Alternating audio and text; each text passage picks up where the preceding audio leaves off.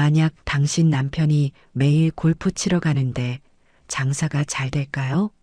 저는 믿었습니다. 하지만 몇 년 만에 2억이 넘는 돈을 잃었습니다. 30년간 모은 노후 자금도, 퇴직 후 낳은 여생도, 자영업자로서의 명서도 함께요. 지금 저는 새벽 식당에서 설거지를 합니다. 그리고 얼마 전 주방에서 옛날 단골 손님을 마주쳤습니다. 사모님, 호프집은 어떻게 되셨어요? 그 한마디에 30년 자영업자의 자존심이 무너지는 소리가 들렸습니다. 도대체 무슨 일이 있었던 걸까요? 시작은 아주 작았습니다. 홍대 감성술집 한 곳, 인스타그램 사진 몇 장, 그리고 남편의 우리도 해보자라는 한마디, 그게 전부였습니다. 시청 전 구독과 좋아요를 누르시면 로또에 당첨되는 행운이 올 수 있습니다.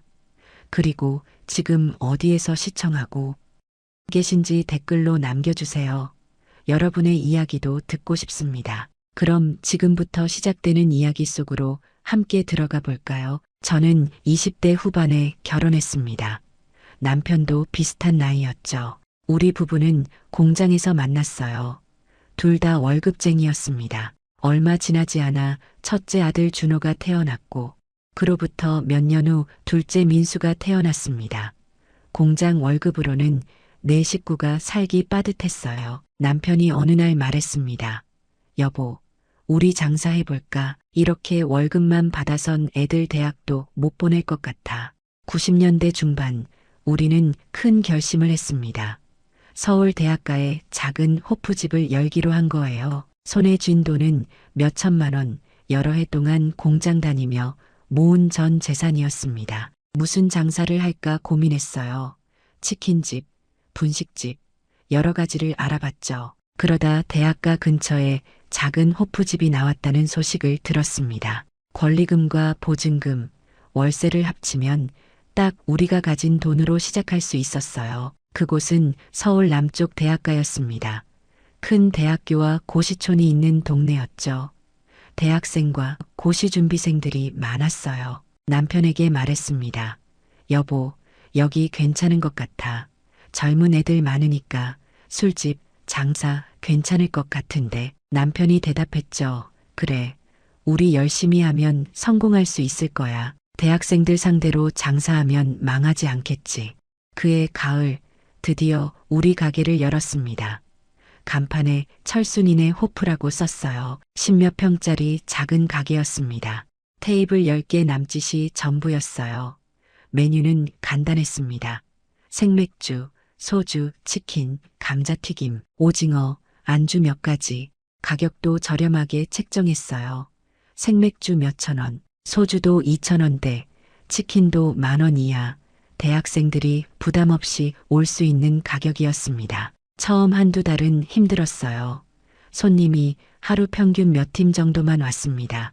매출이 많지 않았죠. 원가와 월세를 빼면 남는 게 거의 없었습니다.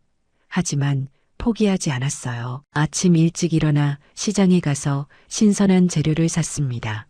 치킨은 직접 튀겼고 안주는 정성껏 만들었어요. 몇 달이 지나자 단골이 생기기 시작했습니다.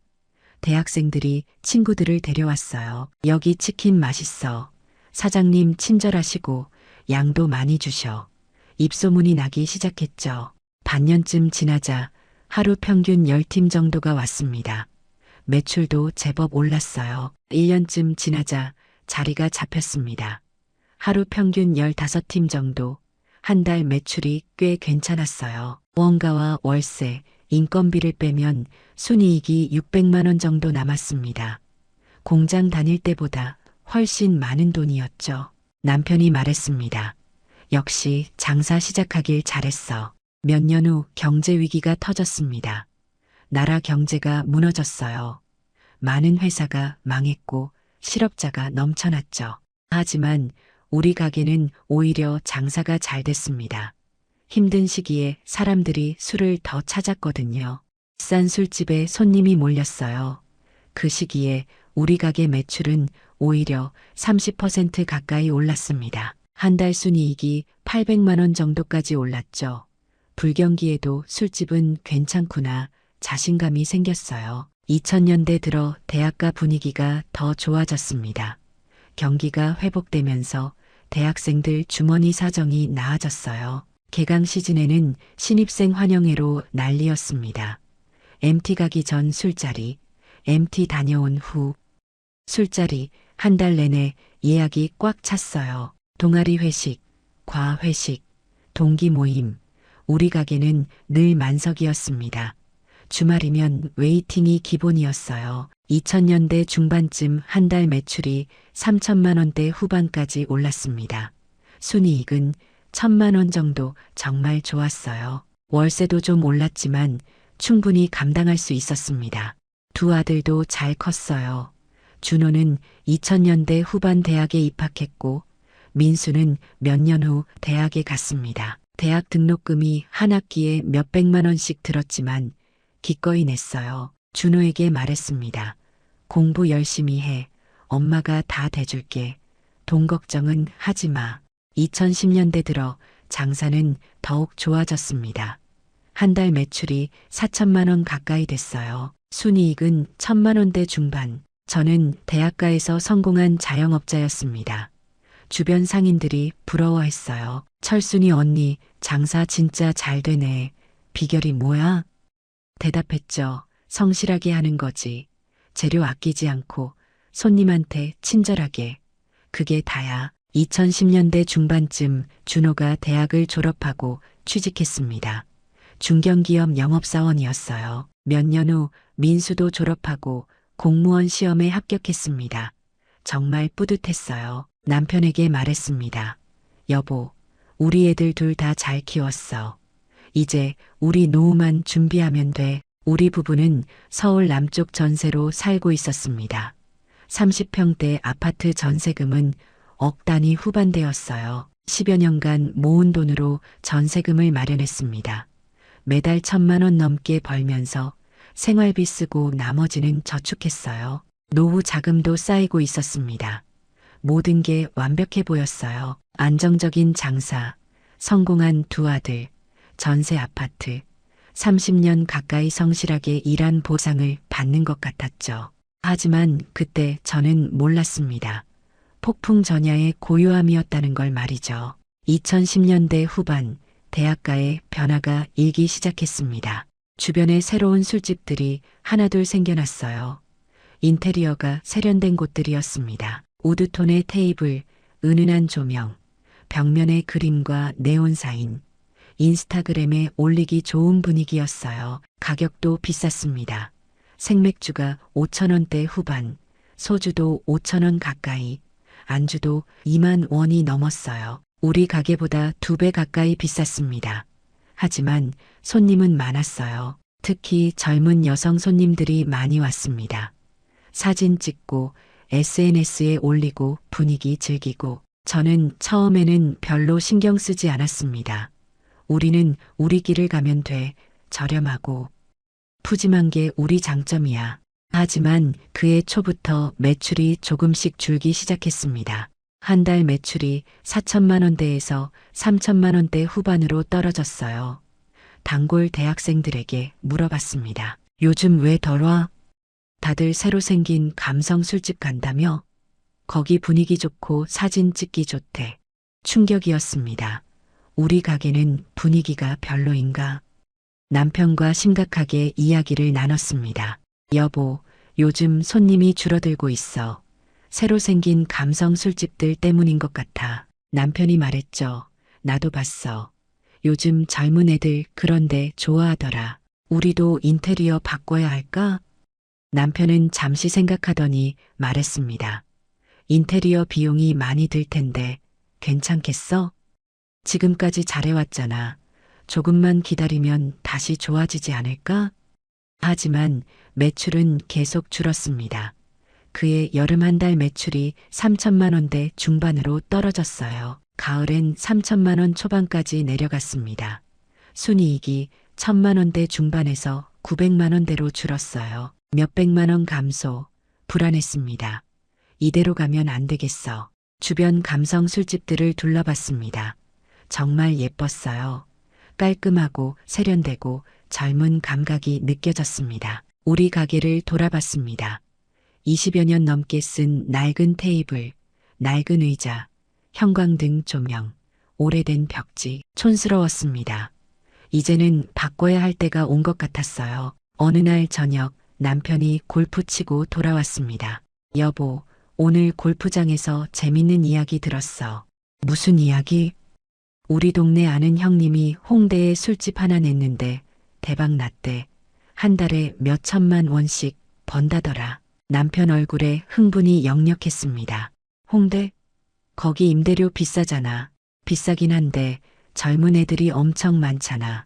감성 있게만 하면 대박 난대. 남편이 계속 말했습니다. 여보, 우리도 홍대 한번 해볼까? 여기는 이제 손님도 줄고 그러니까. 홍대는 너무 큰 거 아니야? 우리 나이도 있고. 나이가 뭐가 문제야. 우리 30년 가까이 술집 했잖아. 경험이 있는데. 남편은 며칠 동안 계속 홍대 이야기를 했습니다. 골프 칠 때마다 그 형님한테 듣고 오는 것 같았어요. 형님 가게 진짜 잘 된대. 젊은 애들이 줄 서서 기다린대. 우리도 여기 리모델링하고 홍대에 하나 더 내면 대박이야. 2개 하면 한 달에 2천만 원은 넘게 벌 수 있을 거야. 저는 걱정이 됐습니다. 나이도 50대 후반인데 2 매장을 운영할 수 있을까? 하지만 남편은 계속 설득했습니다. 여보, 젊은 애들은 홍대 가잖아. 우리도 거기 가야 해. 여기는 이제 대학생들도 줄고 경쟁도 심해졌어. 지금 투자 안 하면 우리만 뒤처져.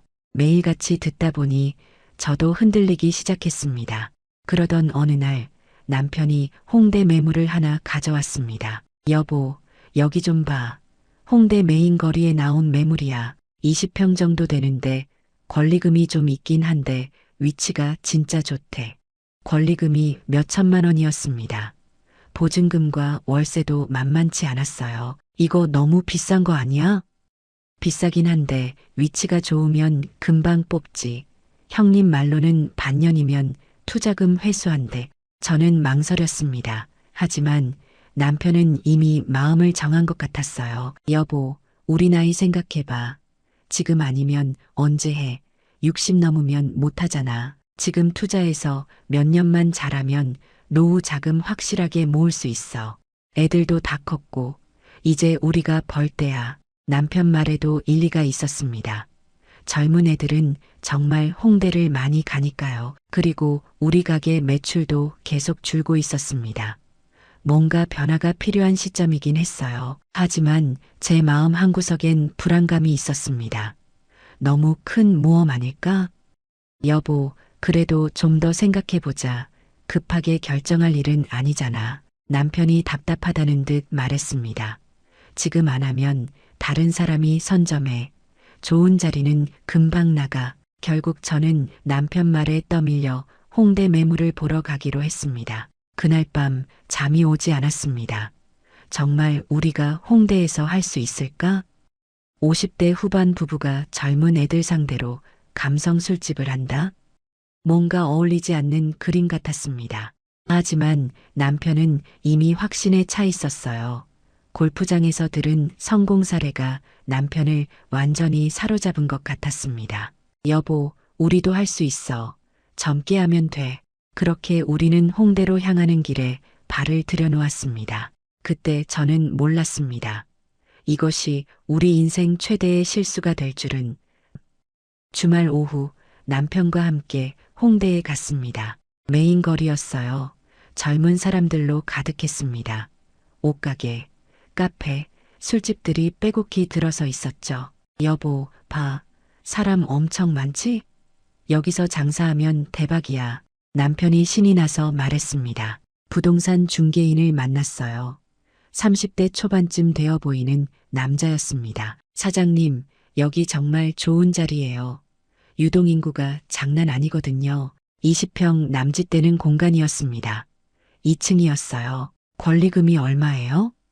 8천만 원입니다. 위치 생각하면 저렴한 편이에요. 8천만 원. 우리 대학가 가게 권리금의 몇 배였습니다. 보증금하고 월세는요? 보증금 5천만 원, 월세 300만 원입니다. 300만 원. 우리 가게 월세의 2배가 넘었어요. 인테리어는 다시 해야 하나요? 중개인이 고개를 끄덕였습니다. 네, 전에 치킨집이었어서 다시 하셔야 할 거예요. 인테리어 비용이 얼마나 들까요? 요즘 감성 술집으로 하시려면 억 단위 중반은 잡으셔야 해요. 계산을 해봤습니다. 권리금 8천만 원, 보증금 5천만 원, 인테리어 억 단위 중반, 총 2억 원대 중반 정도가 들 것 같았어요. 가슴이 철렁했습니다. 너무 큰 돈이었어요. 여보, 이거 너무 비싼 거 아니야? 남편이 속삭였습니다. 비싸긴 한데 여기서 장사 잘 되면 금방 뽑아. 중개인이 말했습니다. 사장님, 여기 매물 나온 지 얼마 안 됐는데 벌써 문의 많이 들어왔어요. 빨리 결정 안 하시면 다른 분한테 넘어갈 수도 있습니다. 남편이 제 눈치를 봤습니다. 여보, 어때? 한번 해볼까? 저는 망설였습니다. 좀 더 생각해보자. 너무 급하게 결정하는 것 같아. 집으로 돌아오는 길, 남편이 계속 말했습니다. 여보, 저 정도 자리는 흔하지 않아. 골프장 형님도 권리금 억 단위 주고 했는데 지금 대박 나고 있잖아. 우리도 여기 리모델링하고 홍대 하나 더 내면 한 달에 2천만 원은 벌 수 있어. 지금 우리 손에 돈도 좀 있고 대출 조금만 받으면 되잖아. 그날 밤 남편이 계산기를 두드렸습니다. 여보, 우리 지금 저축해둔 돈이 억 단위 초반 정도 되지? 응, 그 정도 돼. 그럼 여기 리모델링 하는데 몇 천만 원 쓰고 홍대는 대출 억 단위 정도 받으면 돼. 이자가 얼마나 될까? 요즘 금리가 몇 %니까 한 달에 몇십만 원 정도? 그 정도는 충분히 감당할 수 있어. 남편은 이미 계획을 다 세운 것 같았습니다. 다음 날 남편이 또 골프를 갔습니다. 돌아와서는 더 확신에 찬 얼굴이었어요. 여보, 형님이 그러는데 지금이 적기래. 감성 술집 붐이 한창이라서 몇 년 후엔 경쟁이 더 심해질 거래. 지금 들어가야 한대. 저는 여전히 불안했지만 남편 열정에 떠밀렸습니다. 정말 할 수 있을까? 우리 나이도 있는데 할 수 있어. 우리 30년 가까이 술집 했잖아. 경험이 있는데 뭘. 결국 며칠 후 우리는 홍대 매물 계약을 하기로 했습니다. 은행에 갔습니다. 대출 상담을 받았어요. 담보대출로 억 단위 정도 가능합니다. 금리는 연 몇 %예요. 한 달 이자가 몇십만 원이었습니다. 부담스러웠지만 감당할 수 있을 것 같았어요. 대출 서류에 도장을 찍었습니다. 손이 떨렸어요. 홍대 매물 계약을 했습니다. 권리금 8천만 원, 보증금 5천만 원, 통장에서 억 단위가 넘는 돈이 빠져나갔습니다. 10여 년간 모은 돈이었어요. 이제 인테리어를 해야 했습니다. 인테리어 업체 여러 곳을 만났습니다. 견적을 받았어요. 감성 술집으로 하시려면 기본 인테리어에 억 단위 초중반은 들어갑니다. 테이블이랑 의자도 좋은 걸로 하셔야 하고 조명도 신경 써야 하거든요. 견적서를 보니 항목이 많았습니다. 바닥 공사, 벽 공사, 조명, 가구, 주방 설비, 화장실, 간판 모두 합치면 억 단위 중반이 나왔어요. 이거 좀 줄일 수 없나요? 줄이시면 퀄리티가 떨어집니다. 요즘 젊은 손님들은 눈이 높거든요. 남편이 말했습니다. 제대로 하자. 어설프게 하면 안 돼. 결국 억 단위 중반짜리 인테리어를 선택했습니다. 은행에서 추가로 몇 천만 원을 더 대출받았어요. 총 대출액이 억 단위 중반이 됐습니다. 한 달 이자는 몇십만 원대 후반. 부담스러웠지만 투자한 만큼 회수할 수 있을 거라 믿었습니다. 우리 대학가 가게도 리모델링하기로 했습니다. 여보, 여기도 좀 고쳐야 할 것 같아. 너무 낡았어. 대학가 가게 리모델링에 몇 천만 원을 더 썼습니다. 낡은 벽지를 벗기고 페인트 칠을 했어요. 조명도 바꾸고 테이블도 새 걸로 교체했습니다. 모든 투자를 합치니 2억 원을 훌쩍 넘었습니다. 손에 남은 돈은 거의 없었어요. 10여 년간 모은 저축이 바닥났습니다. 대출 이자만 한 달에 몇십만 원씩 나갔어요. 가슴이 두근거렸습니다. 불안함과 기대감이 섞여 있었죠. 남편은 자신감에 차 있었습니다. 여보, 걱정 마. 곧 대박 날 거야. 하지만 저는 밤마다 잠을 설쳤습니다. 정말 우리가 잘한 걸까? 너무 무리한 투자는 아닐까? 50대 후반에 2억 원이 넘는 빚을 진 것 같아 두려웠습니다. 하지만 이미 돌이킬 수 없었습니다. 계약도 했고 공사도 시작됐으니까요. 이제 성공하는 수밖에 없었습니다. 한 달간 공사가 진행됐습니다. 낡은 벽을 뜯어내고 새로 페인트 칠을 했어요. 바닥도 새로 깔았습니다. 조명도 전부 교체했습니다. 은은한 펜던트 조명과 간접 조명을 달았어요. 테이블과 의자도 고급스러운 원목 가구로 바꿨습니다. 주방도 현대식으로 바꿨어요. 간판도 새로 달았습니다. 예쁜 네온 사인이었어요. 공사가 끝나고 홍대 가게를 보니 정말 달라졌습니다. 깔끔하고 세련되고 감각적이었어요. 인스타그램에 올리면 좋아할 것 같았습니다. 남편이 말했습니다. 여보, 대박이다. 여기 완전 예쁘네. 우리가 이런 가게를 만들 수 있을 줄 몰랐어. 저도 뿌듯했습니다. 2억 원 넘게 투자한 보람이 있는 것 같았어요. 그해 가을, 드디어 홍대점 오픈을 했습니다. SNS에 사진을 올렸습니다.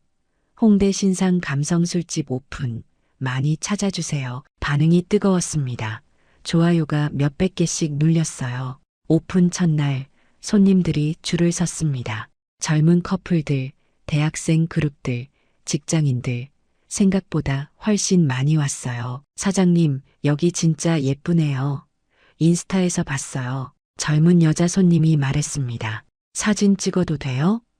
그럼요, 많이 찍으세요. 손님들은 음식이 나오기 전부터 사진을 찍었습니다.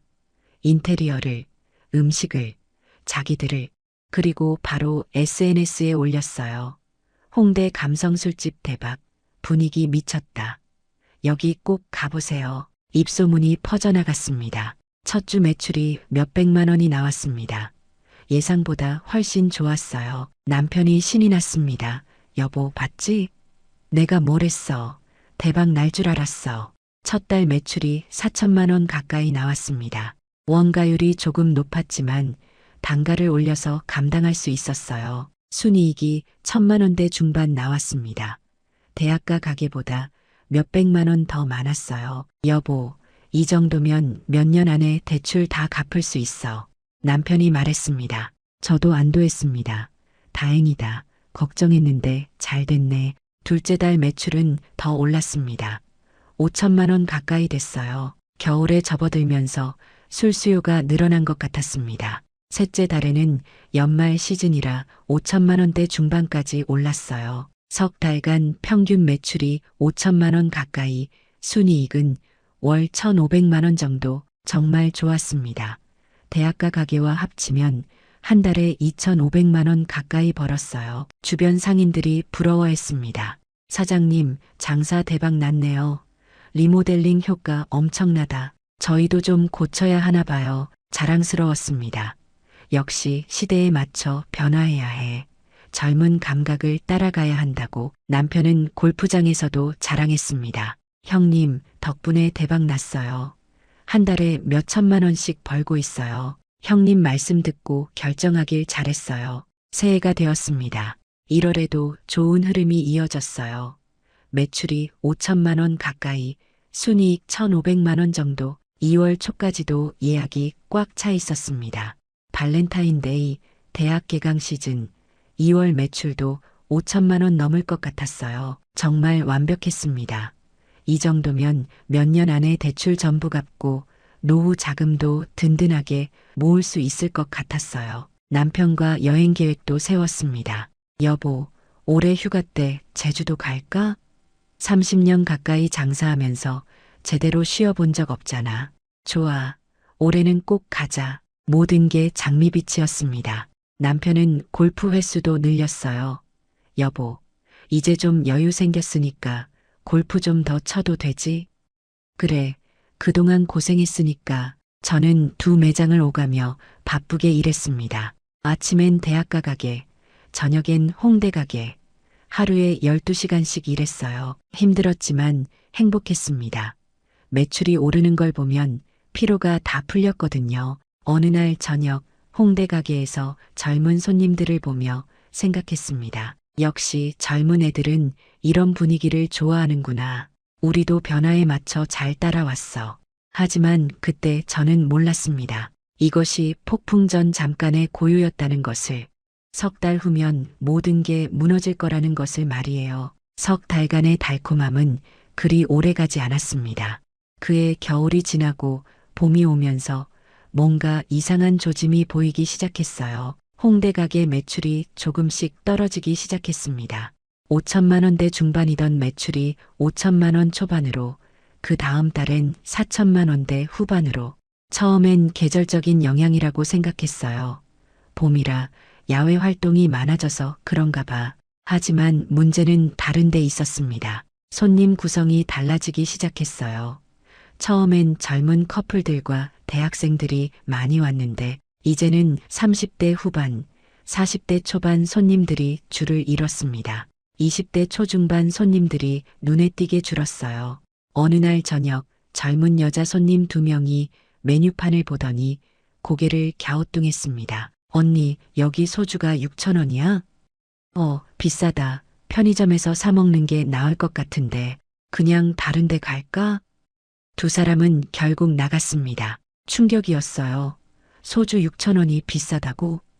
우리 대학가 가게에선 4천 원에 팔았는데 홍대니까 6천 원으로 올린 거였습니다. 주변 감성 술집들도 다 비슷한 가격이었어요. 며칠 후 또 다른 젊은 손님들이 왔습니다. 테이블에 앉더니 메뉴를 보고 망설였어요. 오빠, 여기 치킨이 2만 5천 원이야.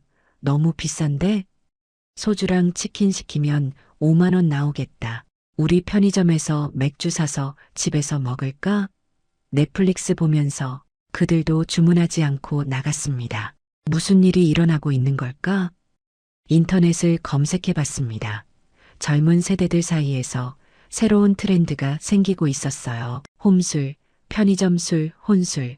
집에서 편의점 맥주 사서 넷플릭스 보면서 마시는 게 유행이었습니다. 댓글들을 읽어봤어요. 술집 가면 1인당 3만 원은 기본인데 그 돈이면 한 달 식비 해결할 수 있음. 소주 6천 원? 편의점에선 2천 원인데 왜 술집 가야 함?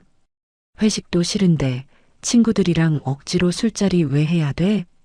차라리 그 시간에 집에서 쉬는 게 나음. 가슴이 철렁했습니다. 젊은 세대가 달라진 거예요. 우리가 생각했던 것과는 완전히 다른 세대였습니다. 그들은 돈이 없었어요.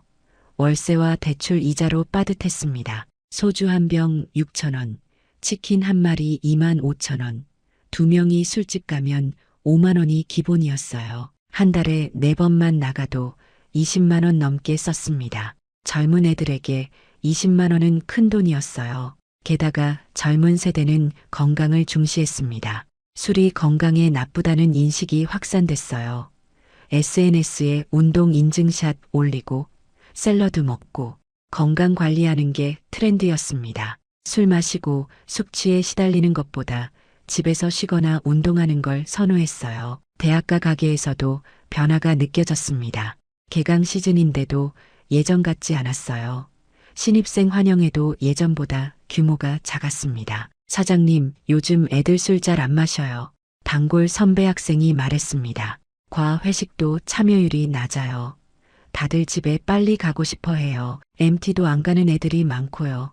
믿을 수 없었습니다. 대학생이 술을 안 마신다고? 30년 가까이 대학가에서 장사했는데 이런 적은 처음이었어요. 그해 봄, 홍대 가게 매출이 4천만 원대로 떨어졌습니다. 여름엔 3천만 원대 후반까지 내려갔어요. 손님 패턴도 바뀌었습니다. 과거에는 5명 이상 단체가 많았는데 이제는 2~3명이 오는 손님이 대부분이었어요. 술도 적게 시켰습니다. 과거에는 소주 서너 병 시키던 테이블이 이제는 한두 병만 시켰어요. 1인당 주문 금액이 3만 원대에서 만 원대 후반으로 떨어졌습니다. 회전율도 낮아졌어요.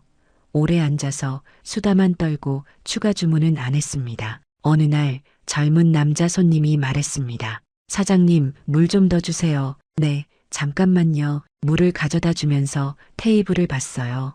소주 한 병에 안주 하나, 2시간째 앉아 있는데 추가 주문이 없었습니다. 과거 같으면 소주 서너 병은 마셨을 텐데 점점 불안해졌습니다. 남편은 여전히 골프를 쳤어요. 일주일에 서너 번씩, 여보, 요즘 매출이 떨어지고 있어. 골프 좀 줄이고 가게 일 좀 도와줘. 왜? 아직 괜찮잖아. 한 달에 몇 천만 원씩 벌고 있는데 그게 아니라 계속 떨어지고 있다고. 이러다간 큰일 나. 여보, 너무 걱정하지 마. 계절적인 거야. 가을 되면 다시 오를 거야. 남편은 심각하게 받아들이지 않았습니다. 저는 혼자 2매장을 오가며 일했어요. 아침 일찍 대학가 가게 가서 준비하고 점심 영업하고 오후엔 홍대로 이동해서 저녁 영업. 밤 12시가 넘어 집에 돌아왔습니다. 무릎이 아프기 시작했어요. 허리도 끊어질 것 같았습니다. 50대 후반의 몸으로 하루 12시간 넘게 일하는 건 너무 힘들었어요. 그해 가을 상황은 더 나빠졌습니다. 홍대 가게 매출이 3천만 원대 중반으로 떨어졌어요. 대학가 가게도 3천만 원 초반으로 내려갔습니다. 2매장 합쳐 6천만 원대, 순이익은 1,500만 원 정도, 오픈 초기 순이익 2,500만 원에서 1,000만 원이나 줄었습니다. 대출 이자만 몇십만 원씩 나갔어요. 2매장 월세만 500만 원 가까이, 전기세, 가스비, 인건비까지 합치면 고정비가 1,000만 원이 넘었습니다. 순이익 1,500만 원에서 고정비 1,000만 원 빼면 500만 원만 남았어요. 과거엔 한 달에 1,000만 원 넘게 저축했는데 이제는 거의 남는 게 없었습니다. 밤마다 걱정으로 잠을 설쳤습니다. 이대로 가면 안 되겠어. 뭔가 변화가 필요해. 하지만 뭘 어떻게 바꿔야 할지 몰랐습니다. 젊은 세대가 술을 안 마시는데 우리가 할 수 있는 게 뭐가 있을까? 그리고 그 일이 터졌습니다. 2020년 초 뉴스에서 이상한 소식이 들려왔어요. 중국에서 시작된 바이러스가 한국에 퍼지고 있다고 했습니다. 처음에는 대수롭지 않게 생각했어요. 금방 지나가겠지. 하지만 몇 주 후 상황이 심각해졌습니다. 확진자가 급증했어요. 정부에서 사회적 거리두기를 발표했습니다. 5명 이상 사적 모임 금지, 충격이었습니다. 술집 영업시간도 밤 10시까지로 제한됐어요. 단체 손님이 완전히 사라졌습니다. 대학교 MT 취소, 동아리 회식 취소, 모임 취소, 모든 행사가 취소됐어요. 대학교도 온라인 수업으로 전환됐습니다. 학생들이 학교에 안 왔어요. 대학가가 텅 비기 시작했습니다. 3월 대학가 가게 매출이 2천만 원으로 급감했습니다. 전월 대비 절반 이상 떨어졌어요. 홍대도 마찬가지였습니다. 거리두기 때문에 손님이 급감했어요. 매출이 2천만 원대로 떨어졌습니다. 2매장 합쳐 4천만 원, 원가와 월세, 인건비를 빼면 적자였습니다. 한 달에 몇백만 원 마이너스. 정부에서 소상공인 지원금을 줬습니다.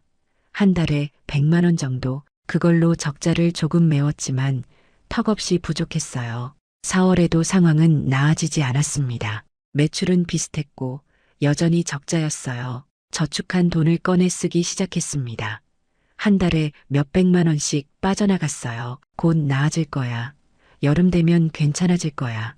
하지만 여름이 와도 상황은 나아지지 않았습니다. 거리두기는 계속됐고 단체 손님은 돌아오지 않았어요. 2020년 하반기 매출은 한 달 평균 2천만 원 정도였습니다. 2매장 합쳐서요. 순손실이 월 몇백만 원, 1년간 손실이 몇천만 원에 달했어요.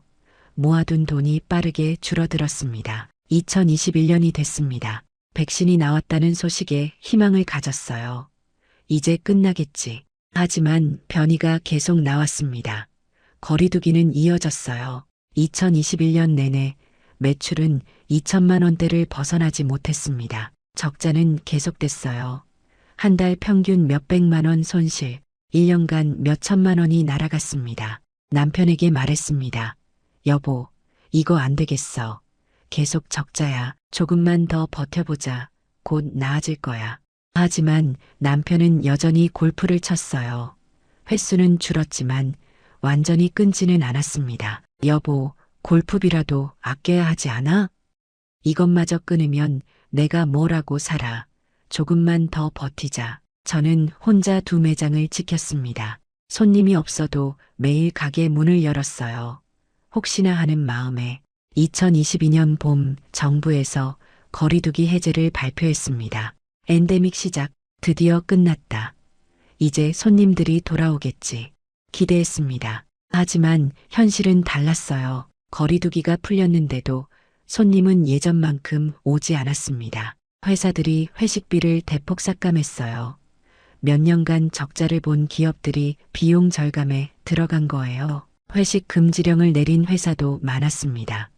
직장인 단체 손님이 사라졌어요. 대학생들도 달라졌습니다. 몇 년 동안 온라인으로 수업을 듣던 학생들이 술자리 문화를 잃어버린 거예요. 신입생 환영회도 예전 같지 않았습니다.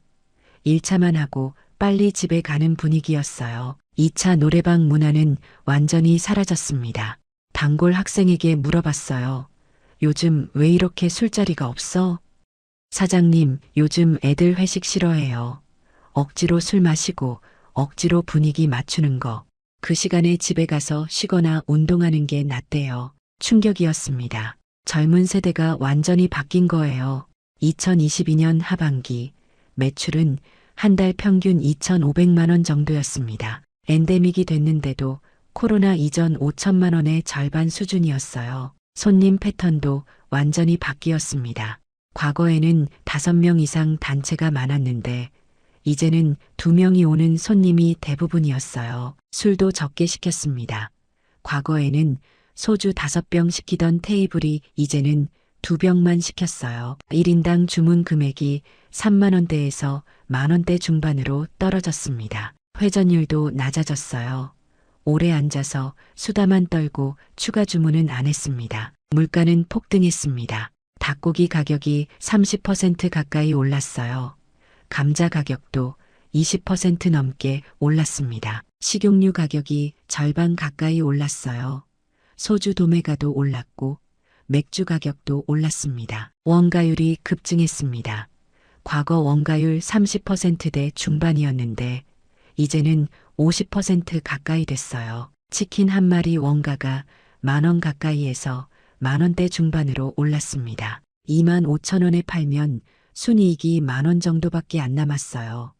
과거에는 만 원대 중반 남았는데 전기세도 올랐습니다. 한 달 100만 원 가까이 나오던 전기세가 150만 원 가까이로 올랐어요. 가스비도 올랐습니다. 월세도 인상 통보를 받았어요. 홍대 가게 월세가 300만 원에서 400만 원 가까이로 100만 원 가까이 인상. 감당하기 힘들었지만 거절하면 나가야 했습니다. 대출 이자도 올랐어요. 금리 인상으로 몇 퍼센트에서 몇 퍼센트대로 올랐습니다. 한 달 이자가 몇십만 원에서 100만 원 가까이로 증가했어요. 고정비가 모든 게 올랐습니다. 하지만 메뉴 가격을 올릴 수 없었어요. 손님들이 이미 여기 비싸졌다고 불평하고 있었습니다. 더 올리면 손님이 더 줄게 뻔했어요. 어쩔 수 없이 그대로 유지했습니다. 결과는 적자폭 증가였어요. 2022년 말 한 달 평균 적자가 몇백만 원, 1년간 몇천만 원 손실, 저축한 돈이 바닥나기 시작했습니다. 손에 남은 돈이 거의 없었어요. 밤마다 악몽을 꿨습니다. 이대로 가면 우리 어떻게 되는 거지? 노후 자금은 다 날아갔고 대출은 억 단위로 남아있고 50대 후반의 빚더미에 앉는 건가? 2023년 초 저는 심각하게 고민했습니다. 이대로 가면 안 되겠어. 계속 적자를 보고 있어. 저축한 돈도 거의 바닥났고 대출은 억 단위로 그대로 남아 있었어요. 원금은 한 푼도 못 갚고 이자만 내고 있었습니다. 남편과 진지하게 이야기를 나눴어요. 여보, 나 가게 접을까 봐. 더 이상 버티기 힘들어. 남편이 한숨을 쉬었습니다. 나도 그럴 줄 알았어. 요즘 당신 표정 보면 너무 힘들어 보여. 건강도 안 좋아 보이고. 맞았습니다.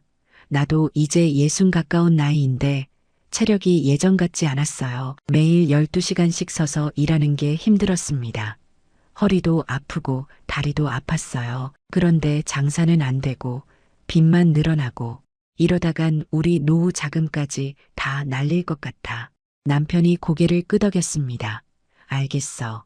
정리하자. 폐업을 결심했습니다. 하지만 문제가 있었어요. 권리금을 받을 수 있을까?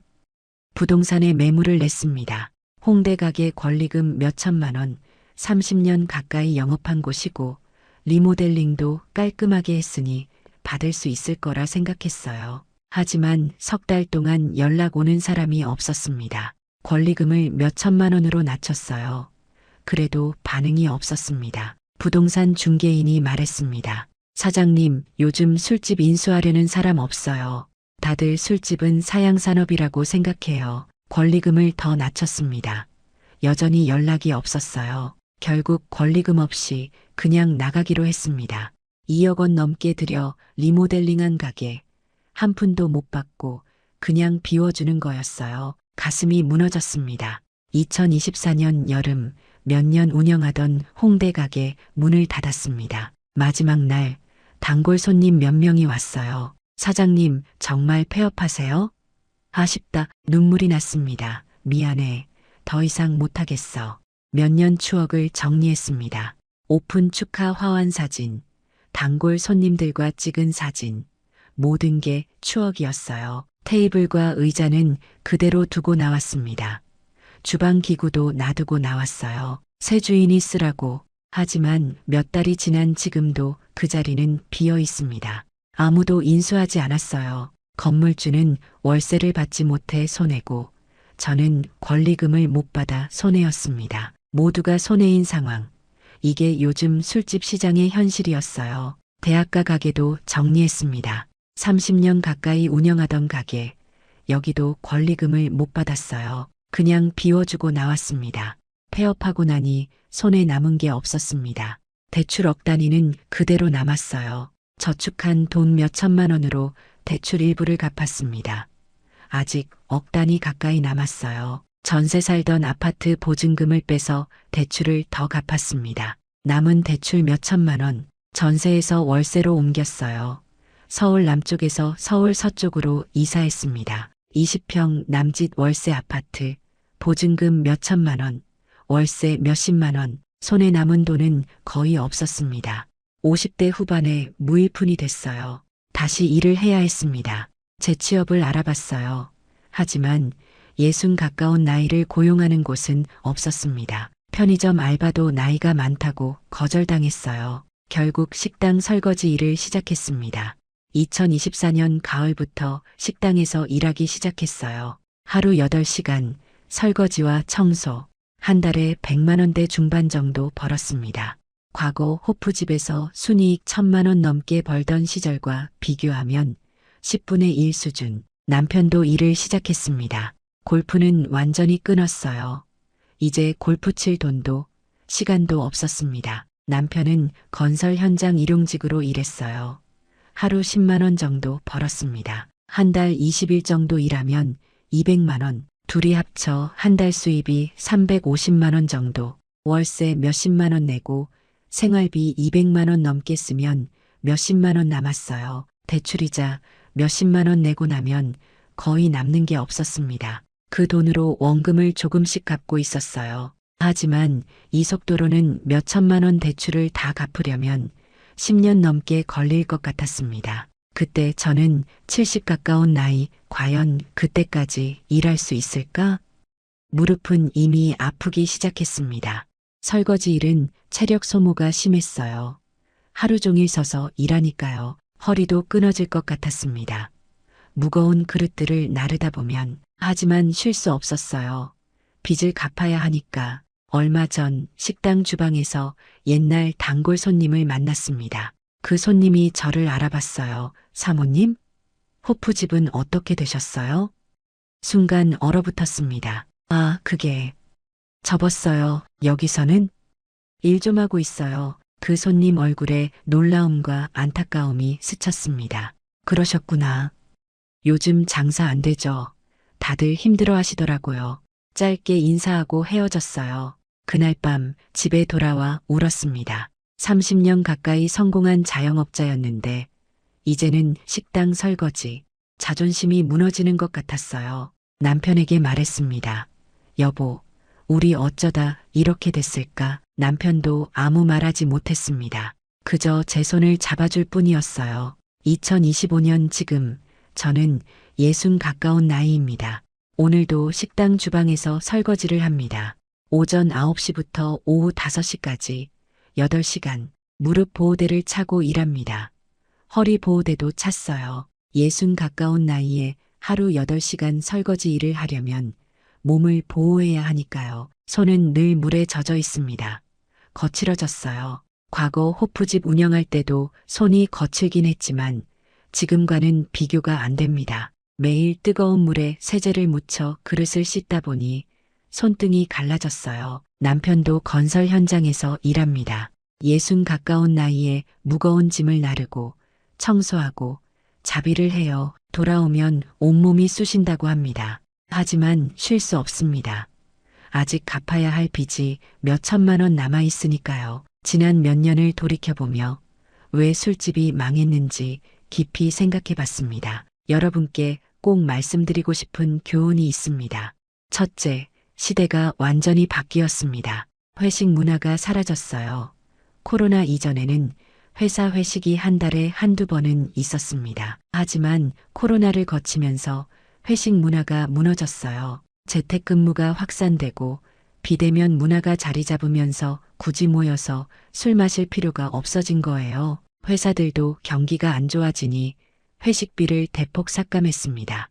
단체 손님이 실종됐어요. 둘째, 젊은 세대가 술을 멀리합니다. 젊은 세대는 술을 싫어하는 게 아닙니다. 술 마실 여유가 없는 거예요. 월세와 대출 이자로 돈이 빠듯합니다. 소주 한 병 6,000원, 치킨 한 마리 2만 원대 중반, 2명이 술집 가면 5만 원은 기본이에요. 한 달에 4번만 나가도 20만 원 넘게 듭니다. 젊은 애들에게 20만 원은 큰 돈이에요. 그 돈으로 한 달 식비를 해결할 수 있으니까요. 당연히 술자리를 줄일 수밖에 없습니다. 게다가 젊은 세대는 건강을 중시해요. 술이 건강에 나쁘다는 인식이 확산됐습니다. SNS에 운동 인증샷 올리고 샐러드 먹고 건강 관리하는 게 트렌드예요. 술 마시고 숙취에 시달리는 것보다 집에서 쉬거나 운동하는 걸 선호합니다. 셋째, 고정비 부담이 너무 큽니다. 임대료, 인건비, 전기세, 가스비, 원재료비 모든 게 올랐어요. 임대료는 몇 년 전보다 30% 가까이 올랐습니다. 최저임금 인상으로 인건비도 40% 가까이 올랐어요. 전기세와 가스비는 50% 가까이 올랐고 원재료비도 30% 넘게 올랐습니다. 하지만 메뉴 가격은 못 올립니다. 올리면 손님이 더 줄어드니까요. 결국 마진이 계속 줄어드는 구조예요. 과거에는 매출의 30%대가 순이익이었는데 이제는 10%도 안 남습니다. 넷째, 편의점과 배달 앱이 경쟁자가 됐습니다. 과거에는 술 마시려면 술집에 가야 했어요. 하지만 이제는 편의점에서 맥주 사서 집에서 마십니다. 편의점 맥주 2,000원대, 술집 생맥주 2잔 10,000원 넘게. 당연히 편의점을 선택하죠. 배달앱으로 치킨 시켜서 집에서 먹어요. 배달비 몇천 원 포함해도 술집보다 쌉니다. 게다가 집에서 편하게 넷플릭스 보면서 먹을 수 있어요. 굳이 술집에 갈 이유가 없어진 거예요. 다섯째, 대출받아 리모델링 투자는 절대 하지 마세요. 저는 2억 원 넘게 들여 리모델링 했습니다. 고급 인테리어, 좋은 테이블과 의자, 최신 주방 설비. 하지만 한 푼도 회수 못했어요. 시장이 무너지면 아무리 좋은 시설도 소용없습니다. 투자금 회수는커녕 대출 이자만 내다가 폐업했어요. 권리금도 못 받았습니다. 리모델링 투자는 시장이 좋을 때만 의미가 있어요. 시장이 나쁠 때는 리모델링에도 손님이 안 옵니다. 특히 대출받아서 투자하면 정말 위험해요. 매출이 안 나오면 이자, 부담만 커집니다. 결국 빚더미에 앉게 돼요. 여섯째, 30년 경력도 소용없습니다. 저는 30년 가까이 성실하게 장사했어요. 단골도 많았고 평판도 좋았습니다. 하지만 시장이 사라지면 경력은 아무 의미가 없어요. 시대가 바뀌면 과거의 성공은 보장이 안 됩니다. 술집은 이제 사양산업이에요. 앞으로 10년 더 쇠퇴할 겁니다. 젊은 세대가 술을 안 마십니다. 회식 문화가 사라졌어요. 편의점과 홈술이 대세입니다. 이런 상황에서 술집 창업은 자살 행위예요. 일곱째, 배우자의 무책임함은 치명적입니다. 저는 혼자 2매장을 오가며 일했어요. 남편은 골프를 쳤습니다. 인맥 관리라고 했지만 실제로는 그냥 취미 생활이었어요. 사업은 부부가 함께 책임져야 합니다. 한쪽만 일하고 한쪽은 놀면 절대 성공할 수 없어요. 특히 힘들 때 함께 버텨줘야 하는데 남편은 현실을 외면했습니다. 지금 저는 60 가까운 나이에 식당 설거지를 합니다. 남편도 건설 현장에서 일해요. 두 아들은 각자 잘 살고 있습니다. 준호는 중견기업에서 일하고 민수는 공무원으로 안정적으로 살아요. 하지만 부모인 우리는 빚을 지고 늙어갑니다. 여러분, 절대 술집 창업하지 마세요. 시대가 바뀌었습니다. 젊은 세대는 술을 안 마셔요. 회식 문화가 사라졌습니다. 편의점 홈술이 대세예요. 고정비는 계속 오르는데 매출은 계속 떨어집니다. 마진은 점점 줄어들어요. 투자금 회수는 불가능합니다. 30년 경력도 소용없어요. 시장이 사라지면 끝입니다. 저처럼 60 가까운 나이에 설거지하고 싶지 않으시면 술집은 절대 하지 마세요. 마무리. 우리의 이 사연이 마음에 남았다면 좋아요를 눌러주세요. 그리고 소중한 사람들과 함께 이 이야기를 나눠주시길 바랍니다. 여러분의 한마디가 누군가에겐 큰 위로가 될 수 있습니다. 영상이 마음에 드셨다면 구독과 좋아요, 응원 부탁드립니다. 감사합니다.